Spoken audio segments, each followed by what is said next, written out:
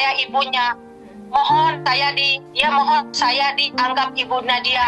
Enggak, saya taunya juga dari adik. Terus dari di sana saya ya kata adik saya, katanya kakak, katanya ada Nadia di sini sama Rizky katanya. Saya kan nangis, alhamdulillah ya Allah. Mungkin Corona enggak sia-sia doa saya semua untuk anak. Enggak tahan saya. Oh, darah saya yang ke orang lain.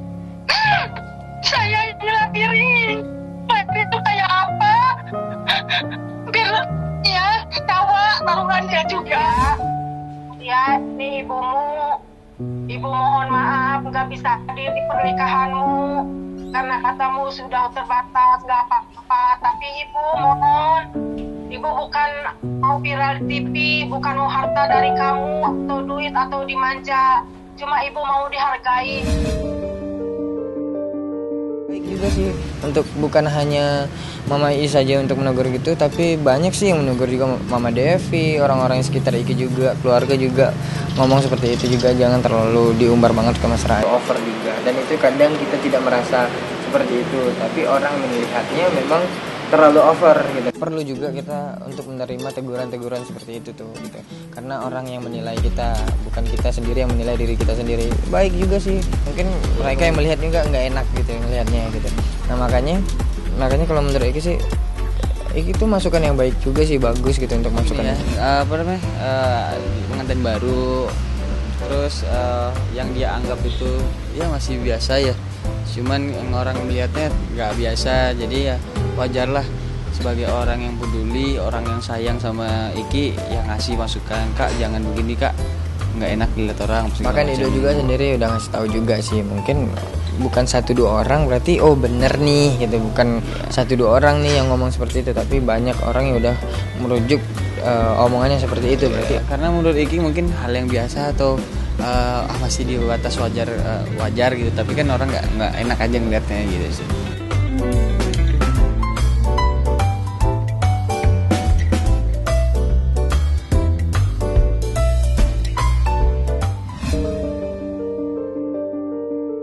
Di Bandung. Lagi ujian. Baru kemarin sih. Kemarin baru di Bandung. Ini baru nyampe dari Bandung di rumah. Balik. Dia 2 minggu ujian kan ya. Apa-apa sih Kak, karena memang kan lagi kebetulan itu kan ujian juga kuliah. Gitu biar menyelesaikan dulu aja. Belum, biasa aja sih, masih biasa aja karena memang udah tahu kan sebelumnya bahwasanya dia belum menyelesaikan kuliah, dan rencana sih pengen pulang juga, itu juga pengen pulang dulu karena kan mau ketemu bapak juga ya. Pas kebetulan dia di sana kan, ini naik mobil, nanti kan belum biasa naik mobil jauh banget, 3 malam kan gak enak juga Kak. Ini belum tahu nih Kak, karena memang alhamdulillah masih padat ya jadwal. Nah jadi belum tahu juga, pengennya sih jalan kan 4 hari itu. Nah kemungkinan di sana bisa 5 hari, udah gitu langsung jalan lagi pulang.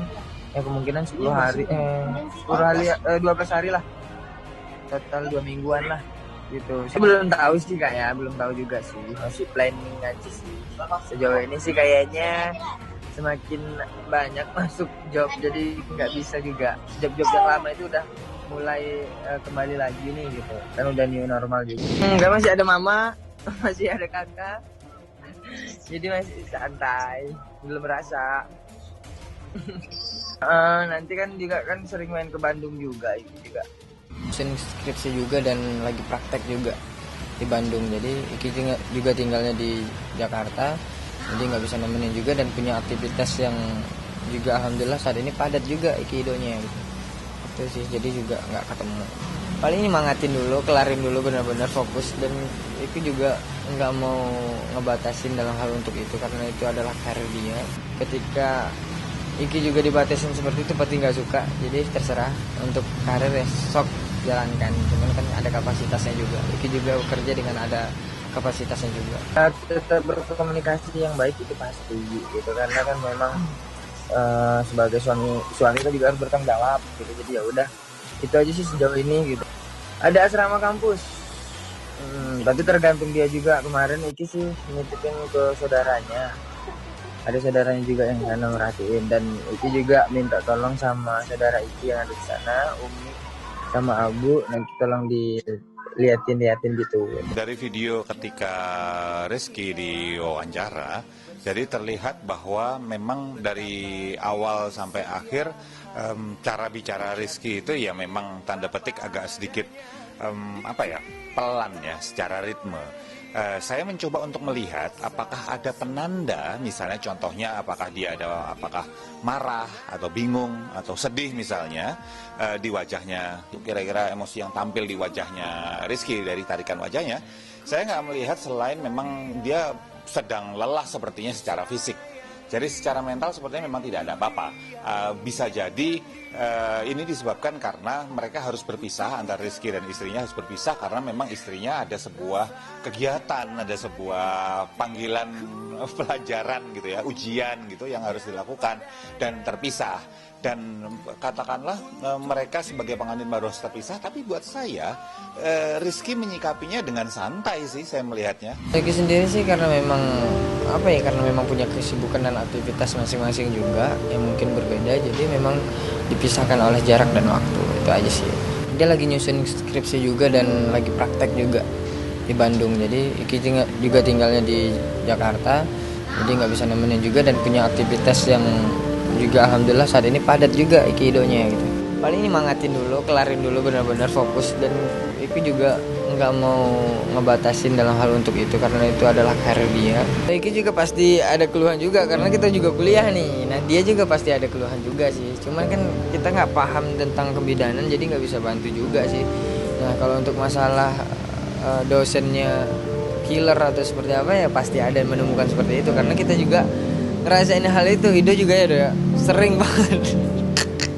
Paling nyemangatin dulu, kelarin dulu benar-benar fokus, dan Iki juga nggak mau ngebatasin dalam hal untuk itu karena itu adalah karir dia. Ketika Iki juga dibatasin seperti itu pasti nggak suka, jadi terserah untuk karir ya sok jalankan, cuman kan ada kapasitasnya juga. Ya untuk saat ini kan yang bisa saya katakan adalah saya cuma masih berhubungan baik dan hubungan baik. Saya pribadi emang nggak pengen pacaran sih ya, pengen langsung nggak taruh. Kalau taruh kan belum kenal, Udah kenal ya. ini kan kita udah kenal ya. Kalau udah ngerasa klop mungkin one day mungkin suatu saat kalau emang saya udah ngerasa klop, nggak pun dengan Lesti saya bakal melangsungkan nikah gitu, nggak mau pacaran Cinta kayak lagu. Ya Mas jauh ini saya bisa katakan cuma temenan, masih temenan. Ya udahlah kita ngejalanin hubungan baik gitu, menjalin silaturahmi, komunikasi juga. Ya nggak beda jauh lah ketika saya dengan teman-teman saya yang lain gitu. Cuma emang sama Lesti kan emang orang-orang berharap lebih segala macam bla bla bla gitu. Ya, mencapinya.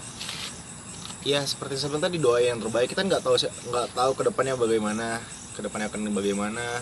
Ya sekarang saya cuma bisa bilang kita menjalin hubungan baik kedepannya.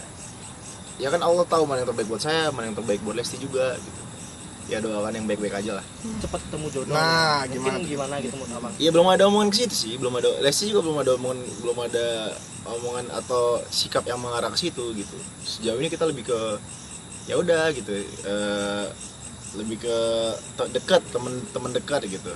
Sekedar saya bertukar kabar, terus ya kalaupun emang saya berhubungan komunikasi lewat telepon, ya paling nanya kabar lagi di mana, terus semoga lancar kerjaannya kayak gitu-gitu lah paling. Sama cewek tuh udah lama banget. Malah sekarang kalau salah dia udah deket sama orang lain.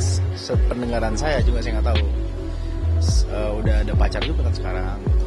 Dan saya nggak pernah ngorek ke belakang, dan dia juga udah fokus dengan kehidupannya, begitu juga dengan saya gitu. Jadi lucu aja gitu, tiba-tiba ada orang lain yang mungkin yang ngebawa-bawa, sementara saya aja juga udah ibaratnya udah gak komunikasi lah gitu, udah saling fokus sama kehidupan masing-masing. Ya udah biarin aja, itu makan setiap orang punya kekurangan dan kelebihan, biarin aja. Apa Emang saya udah lah.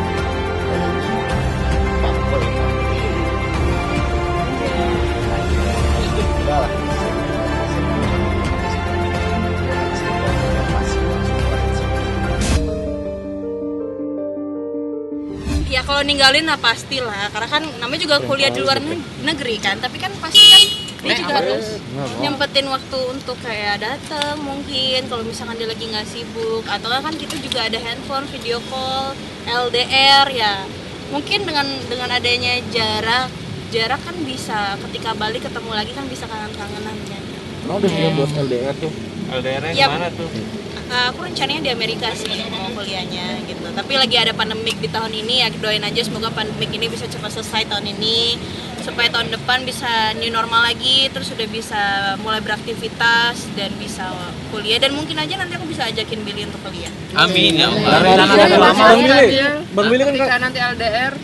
Jadi gini, setiap hubungan itu kan pasti adanya pendekatan kan. Waktu gue pendekatan sama Amanda, dia pernah cerita sih, sumpah ya, aku tuh pengen kuliah tapi aku nggak tahu nanti seperti apa kedepannya. Terus aku tuh pengen kuliah di sini, ambil jurusan ini, ambil jurusan apa waktu itu? Bisnis. Terus karena lagi pendekatan waktu itu, gue mah cuma bisa ya udah, itu mah selagi hal positif, selagi kamu mau dan selagi itu baik buat kamu jalanin. Dan kalau untuk sekarang ini, ketika gue jalin hubungan sama Amanda, kalau lo kuliah jauh, ya sebisa mungkin gimana caranya gue susul. Maksudnya susul ya, mungkin kalau misalkan dia harus fokus untuk kuliah di luar negeri, misalkan memang kalau ini tercapai ya, tapi kan ini kan baru angan-angannya Amanda, kita kan nggak tahu depan seperti apa, tapi mudah-mudahan hal yang positif, hal yang baik mudah-mudahan dijabah gitu loh. Kalau misalkan ini sampai ya gitu loh, ya sebisa mungkin gue ya misalkan, karena kan gue harus juga bertanggung jawab di Indonesia, dalam arti gue juga banyak pekerjaan yang harus gue selesaikan.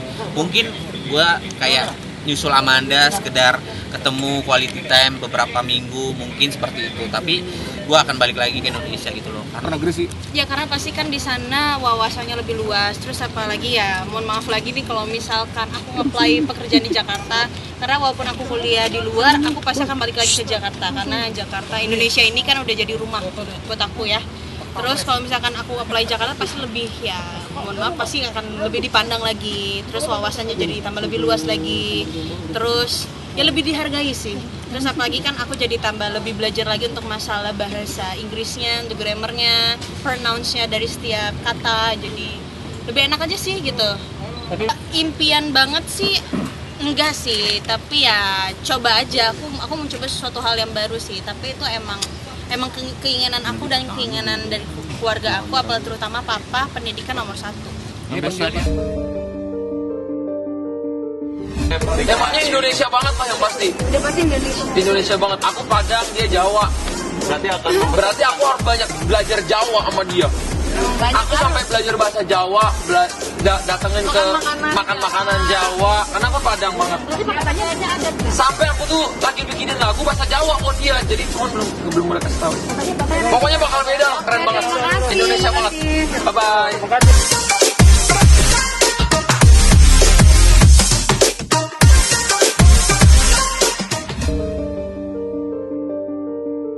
Saya sudah ada di dalam YouTube bahwa Atta ada menyebutkan tentang ayah kami, yang mana ayah yang sangat kami sayang, yang kami banggakan, yang telah menghidupi dan telah menyekolahkan kami sampai pendidikan yang terbaik.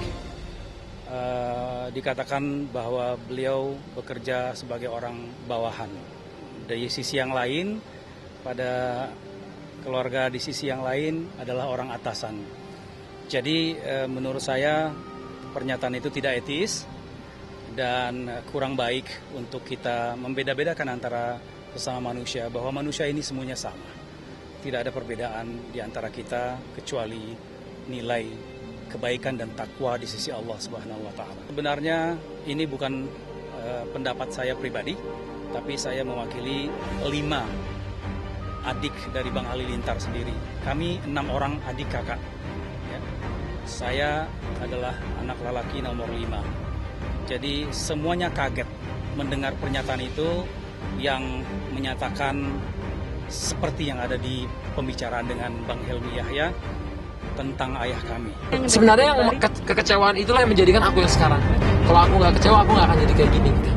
Jadi kekecewaan itu aku tumpuk di dalam diri aku dan aku kalah sama yang misalnya yang punya mobil, aku kalah sama yang terkenal, aku kalah sama yang karena dia lebih famous, aku kalah sama dia karena anaknya orang yang berada, aku kalah misalnya karena dia aku bukan siapa-siapa. Nah yang kayak gitu-gitu itu aku jadiin pembakar semangat aku untuk lebih semangat lagi. Oh berarti orang itu susah menghargai kalau kita lagi di bawah.